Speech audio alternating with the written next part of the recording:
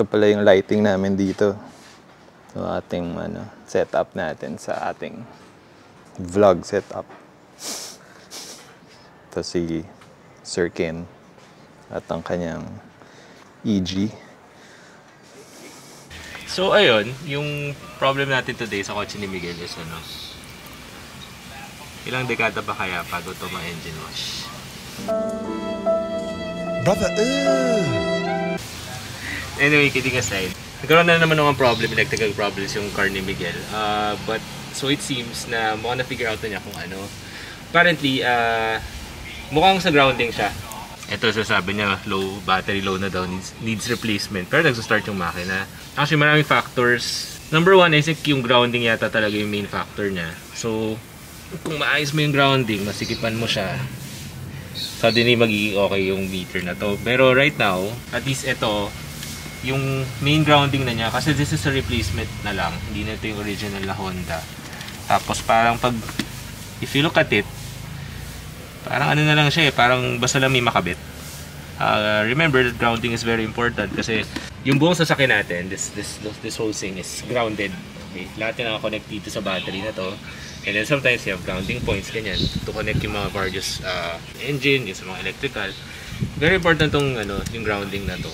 Problem is, yun nga, with this one, specific vehicle, ito yung original, so pinalitan na lang niya ng something, parang hindi ko pa sisigapan niya na, ganyan na siya.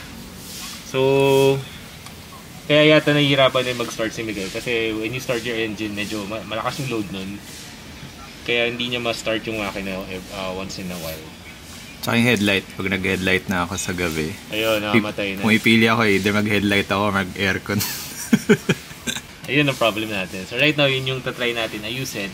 I'll try to fix all the grounding. So what I'll do, I'll remove them, clean all the mating surfaces, lalo na yung sa mounting, yung sa body itself. Linisin ko lahat ng mga bolts, let's see what will happen, para at least fresh metal to metal contact siya ulit. And then we'll put the electric silicone grease para maprotektahan siya from all the other outside elements. So that's the job for today. Hopefully maging successful. So yeah. Okay, so ito just to check the battery, ano yung voltage niya. Kasi alam ko okay naman yung battery. So direct dun sa leads ng battery. 12.7, ang taas. So maganda. Sobrang ganda. Kasi yung alternator ni Miguel, ginawa natin last time is nirebuild natin. So pinalitan yung diode, tsaka yung shit na tawag dun. Circuit, IC? Yeah, yung IC board. So ngayon, it's charging, umabot siya ng 14. Sobrang ganda ng pagka-charge siya. So right now, dapat okay siya eh. So this is 12.7, sobrang taas. So nagsha-charge siya. But the problem is, sinasabi nitong Idemitsu na parang red siya. Kasi I'm guessing it's because wala siyang maayos sa contact. So, one of the ways to check yung contact kasi is, i-check mo yung resistance. Resistance meaning sa madaling salita is ano ba yung word yun? At least sa pagkaintindi ko, correct me if I'm wrong. If dadaan yung kuryente from point A to point B, dapat zero resistance. Parang sabihin yung energy dito sa point A, dadaan siya point B nang walang problema. If there's resistance, point A kasi 100%, pagdaan niya kayo dun sa dahil may resistance, pag dating niya dito sa kayo point B, parang 80% na lang, 90%. So nagkakaroon ng nahihirapan tumalon yung kuryente from 1 point to 1 point. So, yun yung isa sa mga check natin ngayon. Problem is, with dirty contact points, kaya puro grasa na rin, madumi na. So, wala na siya nung 100% na, may resistance na. Hindi na 100% yung tumatalo ng kuryente from point A to point B. So, yun yung gagawin natin today. Try natin linisin lahat ng points para magkaroon ng resistance-free wiring, kumbaga. So right now with this mode, hanapin natin yung resistance. Resistance is normally measured by ohms. So yan. So pag walang resistance from wire A to wire B, right now ang sasabihin niya nasa 0.3. So yun yung goal natin. So right now ang gagawin ko, point A to point B, kakabit ko siya dito sa body ground, ito. And then try natin check yung resistance itong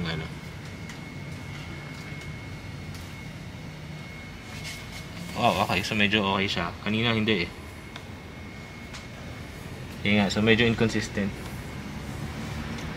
Well, so far okay naman pala. Bigla siya naging okay. Kanina nagsishow siya medyo mataas na value eh. So parang inconsistent nga siya, depende sa lalagay yung probe. Ayan na oh. Ayan. What? Naloloko na siya, hindi na niya alam. Ayan. So yun yung gagawin natin ngayon.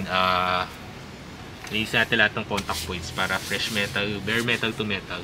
Then clean it and then add yung silicone dielectric grease para maprotektahan. Tapos hopefully okay na yung starting niya. Alright. Ito, tinanggal ko yung bolt. Ito siya. Kita mo naman. Parang replacement na nga lang to. Ito na yung mga cheap na brass ba to or copper brass yata to. Obviously hindi na siya okay. So pag tinanggalin natin to, may makikita natin gaano siya hindi okay. So yun yung gagawin natin today. I'll try to just clean it muna kasi parang okay pa naman integrity ng wire, but maybe kailangan lang niya nalinis talaga. Ayun. Pero this is additional grounding na ginawa nung previous owner siguro. Tatanggal na siya, hindi siya naka ano nang maayos, umaalog na siya. So ayun din. And then itong positive naman, nilagyan niya ng tingga para sumikip. Wow, Baka stuck yan. meron ka na nga ganito. Shit. Tapos kita mo rin kung saan siya nagpo-point lang. So, we'll clean all this. Lahat. Then, let's see kung mag-i-improve ba yung starting. Tatanggalin ko na tong tingga na to. Ano ba yan? Pampasikip lang yan. Pampasikip, oo. Pero, dude. Tingnan natin. Ayan, dumi na rin ang loob, oh.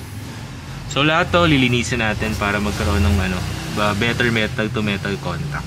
So, that's the plan. And then, lalagyan din natin itong pad. This supposedly lagay mo siya dito aside from color coded siya. If ever merong magkakaroon ng konting leak or something, ito yung mag-absorb muna. So at least malalaman mo rin kagad na may konting leak siya. So with this one. So yeah, that's the plan. Let's go.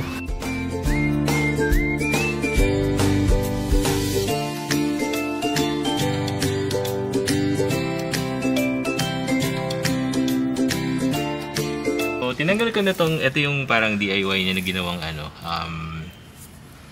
yung main wiring niya for the ground dito sa chassis. Ayan siya. So, madumi siya.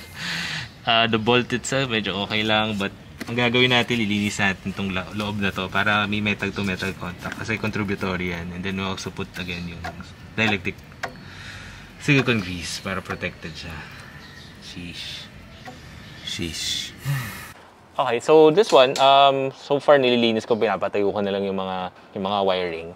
But this time, kailangan malinis rin kasi yung kakabit dito sa may chassis itself itong chassis natin. So, there are a number of ways how to do it. But for this one, ang gagawin ko na lang is, i-retread ko na lang siya. So, during retreading, ang mangyayari, magkakaroon ng fresh piece of metal siya ulit. Lalabas yung fresh surface. So, with that, kamayin ko lang siya. May butas naman so parang ga-guide lang, self-guiding naman to. Ayan. So, nalag-alag ko lang. Kasi may paint din siyang nalagay I guess nung ni-repaint to, parang sabog talaga Nalagyan din yung parts na dapat hindi nalagyan So yan, there's no force applied. Parang ikot lang talaga siya. So it will just guide itself to the hole. I-retread lang talaga siya. And then that's it. Ayan na, binabalik ko na siya. Ano yung nakalagay dyan dati? Or wala? Hole lang siya? Hole talaga siya. Ito talaga yung original na mounting point talaga nung sa EK. Diyan talaga siya originally. Pero since pininturahan siya, parang ang dami na niyang kapal ng pintura So parang natakpan na rin, nasprayan na rin. So ayan, yan yung mga natanggal na shit from the retreading. So kita mo may paint, may rust, halo-halo na. So hopefully with this one, fresh na siya, fresh surface na siya ulit. Fresh metal surface. So for this one, what I was thinking was kakabitan ko na siya ng bagong sayang to pero wala tayong choice, ang pangat ng paggagawa Hindi ko naman siya pwedeng actually baka pwede. So, see what I can do. Pero plano ko palitan na to para fresh ulit yung this is a additional grounding kasi. So plano ko siya palitan nito.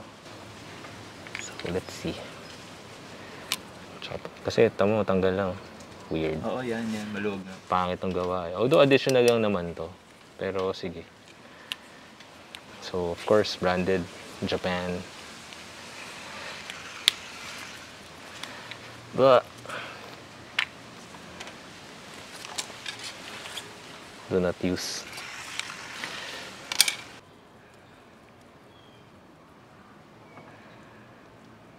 So, ito na siya. I think this is better. So, ito na. Proof kung gagana o hindi. Sana tama.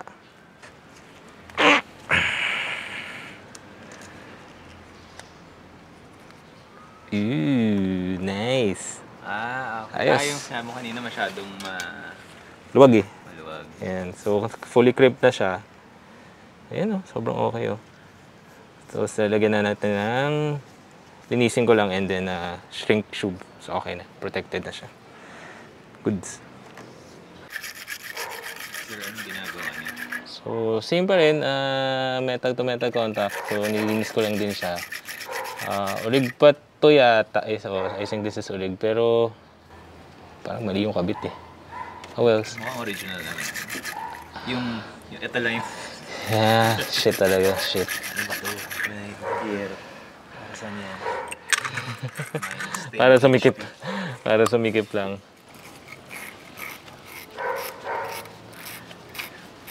Medyo aggressive to. But, fresh na siya. Naging Amaron na siya. Okay ba Amaron? Di ba Amaron na siya? Yes.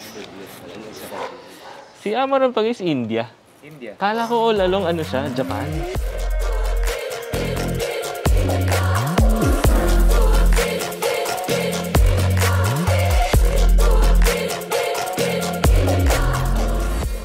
A few moments later. So, ito na siya. Naayos na ni Emil yung pag-check and pag-clean ng mga contact points dito sa battery. Actually, hindi ko alam kung ano dito yung mga original pa or yung mga napalitan na before ng previous owner. Pero, ayan, nilagyan ni Emil na itong parang mga pads dito. And, ayun no, sobrang, wala tayong pinalitan na part. It's more on cleaning lang at saka, ayun, pag ayos lang ng wires, yung arrangement lang. Kasi parang, ito rin, yung pag-crimp din to. Hindi ko na napakita sa inyo guys, pero ito, sobrang loose na to. Nung may time na hindi ako makapag-start, ginalaw-galaw ko lang tong ground wire, tapos yun, nag-start siya. So, possible, yun yung reason. Baka meron dyang marunong gumamit nitong Idemitsu live monitor ng battery. Hindi ko rin kasi alam anong meaning yan eh. Kasi red siya. Pero dun sa voltmeter ko sa loob, dun sa DeFi, or dun sa yung parang ano, yung pinaplug dun sa basta yun, yung attachment na yun. May okay naman yung voltage niya. Ito lang talaga eh. Hindi ko gets bakit siya red. Yun, but all good na to lahat. And yun yung grounding na ano, yung inayos. Yung parang ni-rebore. 1 hour later. Okay, so umalis tayo sa house ni Emil. Mukhang okay naman yung voltage reading niya. First time ko actually makita na 14 siya. 14.1 yata, minsan 14.2. So all this time kasi nakikita ko siya na parang 13 point something eh. So malaking bagay din yung nagawang cleaning ni Emil, and hopefully yun nga yung issue ni CPZ. Kasi ako give up na ako. Hindi ko na alam ano bang meron. Yup, sira pa rin ang ating speedometer. Naghanap pa ako ng bagong gauge eh. Leaning towards Type R gauge, or kahit actually yung EK4 na amber, okay na ako dun. Basta yung hanggang 9,000 yung ano, yung RPM. But yun, you're driving Skyway. Wish me luck. A few moments later. Update guys, umabot tayo sa Southwoods. Yay! So I guess yun nga eh. Yun nga, baka yun yung problem talaga, yung sa grounding. Kasi nga naglo-loose yung wire, di ba? So minsan patalon-talon yan yung voltage. So itong buong biyahe natin from Santa Mesa to Southwoods, good. Yun lang ang ating vlog for today. Thanks for watching. See you in the next vlog.